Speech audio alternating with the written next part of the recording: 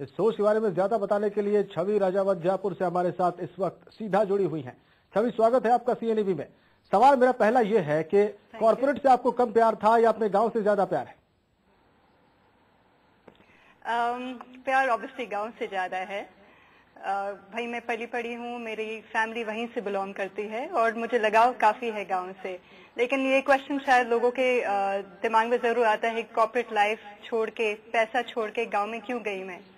तो उसका आंसर साफ है। एक तो ये कि रूट्स हैं ये मेरे, यहाँ पे डेवलपमेंट की सख्त जरूरत है, जो शायद हम जैसे लोग ही अगर आगे आए, गांव वालों को अवेयरनेस दे, तभी हो सकता है। और दूसरी रही बात पैसे कमाने की, तो ऑफ कोर्स पैसे कॉर्पोरेट वर्ल्ड में है, इस लेवल पे पैसे नहीं है, लेकिन जो सेटिस्फैक्शन किसी और की मदद करने में, वो भी अगर वो मेरा खुद का गांव हो, मेरा खुद का डिस्ट्रिक्ट हो, तो उससे जो सेटिस्फैक्शन मिलता है, वो कितना भी आप पैसे कमा लो, वो सेटिस्फैक्शन आपको नहीं मिल सकता। So that's the main purpose जिसकी वजह से मैं गाँव वापस आई हूँ। छवि, आप सरपंच हैं उस गाँव की।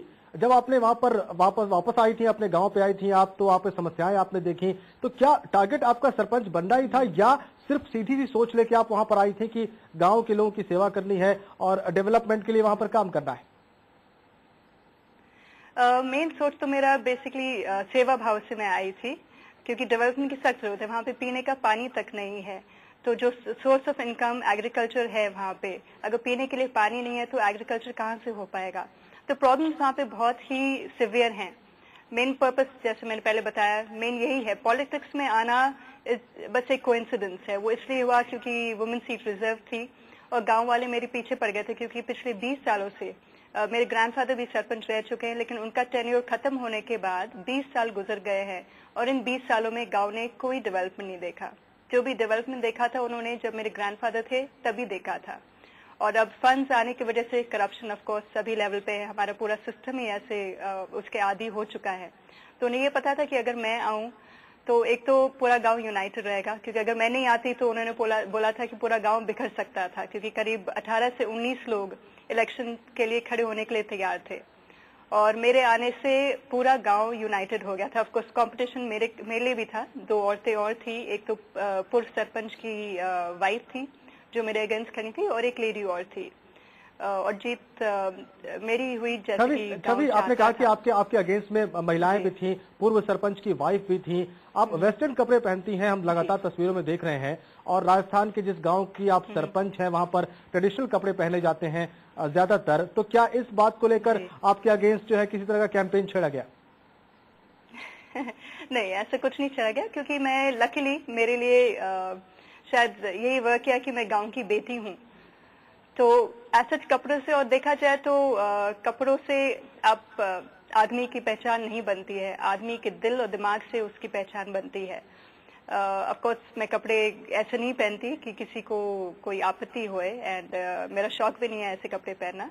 सो कपड़ों का कोई सोच नहीं है। इनफैक्ट अगर आप देखें तो गांव वालों का जो विजन है, मेरे ख्याल से जिस तरीके से हम शहर में सोचते हैं वैसी सोच गांव में नहीं है। और अगर अपन पॉलिटिकल इन्फ्लुएंस अलग कर दें तो आप खुद देखेंगे कि गांव वाले के विचार काफी पॉजिटिव है, एंड विजनरीज वो शायद ज्यादा है, क्योंकि उनको कास्ट, क्रीड, सोशल बैकग्राउंड वगैरह की कोई परवाह नहीं है। उन्हें बस ये चाहिए, भले ही वो SC ST का कोई बन जाए, लेकिन उनको बस वैसा आदमी या औरत चाहिए है लीडर के रूप में जो उन्हें डेवलपमेंट जरूर लाए।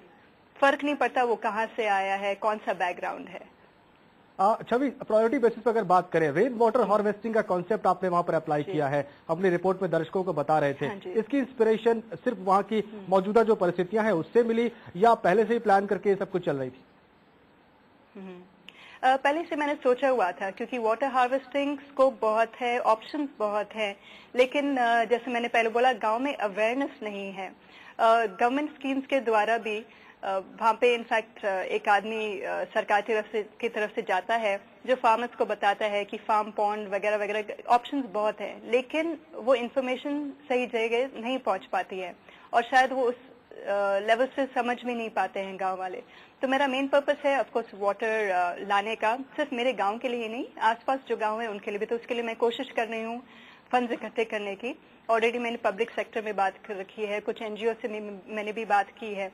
तो पर्पस ये है कि मेरे गांव के साथ साथ आसपास हमारे जो नेबरिंग विलेजेस हैं उन तक भी पीने का पानी लेके आऊं, क्योंकि अभी जो पानी वो पी रहे हैं वो ऑलमोस्ट पॉइजन के बराबर है। उसमें फ्लोराइड कंटेंट बहुत ज्यादा है, क्लोराइड कंटेंट बहुत ज्यादा है, खारा पानी है, लेकिन उनके पास कोई ऑप्शन नहीं है। और वाटर हार्वेस्टिंग के भी जो प्लान्स है वो मैं पहले मेरे गाँव वासियों को अवेयरनेस दिला रही हूँ कि क्या क्या डिफरेंट प्रोग्राम्स है, क्या क्या ऑप्शंस हैं, कौन क्या कर सकता है। जैसे फार्म पॉन्ड का जो ऑप्शन है, जो 4 बीघा से 7 बीघा के बीच की जो एग्रीकल्चरल लैंड जिनके पास है उनको ऑलरेडी गवर्नमेंट ऑप्शन दे रही है, उन्हें प्रोवाइड कर रही है फार्म पॉन्ड का फंड, लेकिन इस बारे में किसी को पता ही नहीं है। बिल्कुल बिल्कुल छवि, यहाँ पर एक आखिरी सवाल बचता है। महिला आरक्षण की बात चल रही है, बहुत कम शब्दों में जानना चाहेंगे आपकी क्या राय इस पर?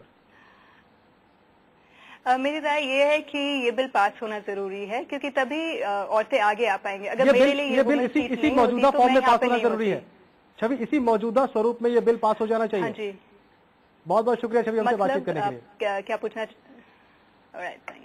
छवि राजावत जयपुर से हमारे साथ जुड़ी हुई थी। उन्होंने कहा कि रेन वाटर हार्वेस्टिंग और इस तरह की तमाम चीजें, डेवलपमेंटल इश्यूज जो थे उनके दिमाग में थे और ये सेवा भाव रखकर वो गांव में आई थी। कॉर्पोरेट लाइफ की जो चकाचौंध जो है वो अपनी जगह है, लेकिन यहाँ पर उन्होंने डेवलपमेंट को, विकास को सबसे पहले प्राथमिकता दी। समय छोटे से विराम का, जल्द हाजिर होते हैं।